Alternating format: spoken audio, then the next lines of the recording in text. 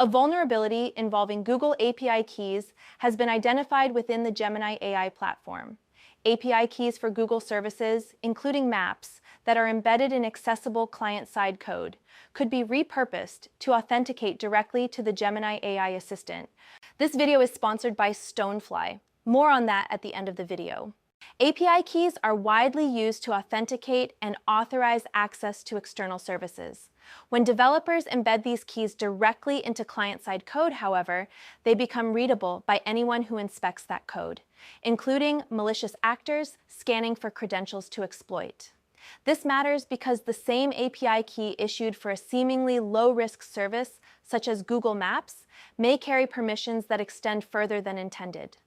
In the case of Gemini AI, that crossover creates a direct route for attackers to interact with the assistant as though they were a legitimate, authorized user, putting private data at risk. The risk here is not limited to one misconfigured key or a single developer's oversight. Because Google API keys are often provisioned with broad permissions and reused across multiple services within the same project, a single exposed key could open doors to several integrated Google services simultaneously, including Gemini AI. Organizations relying on Google APIs need to reassess where and how their keys are stored. Moving API keys out of client-side code and into server-side environments is one of the most direct ways to limit exposure. Keys stored server-side are never transmitted to the end user's browser and cannot be read through standard inspection tools.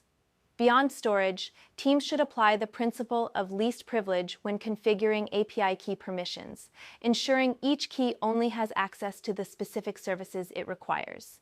Restricting keys by domain, IP address, or application can further reduce the window of opportunity for misuse. Security teams should also conduct regular audits of both public-facing repositories and production code to identify any credentials that may have been inadvertently committed or left exposed. Automated secret scanning tools can help surface these issues before attackers do. Vulnerabilities like this one reflect a gap between how authentication credentials are designed to be used and how they are handled in practice. Prompt remediation, combined with tighter access controls and ongoing code review, remains the most reliable defense against this type of exposure. And now a word from our sponsor.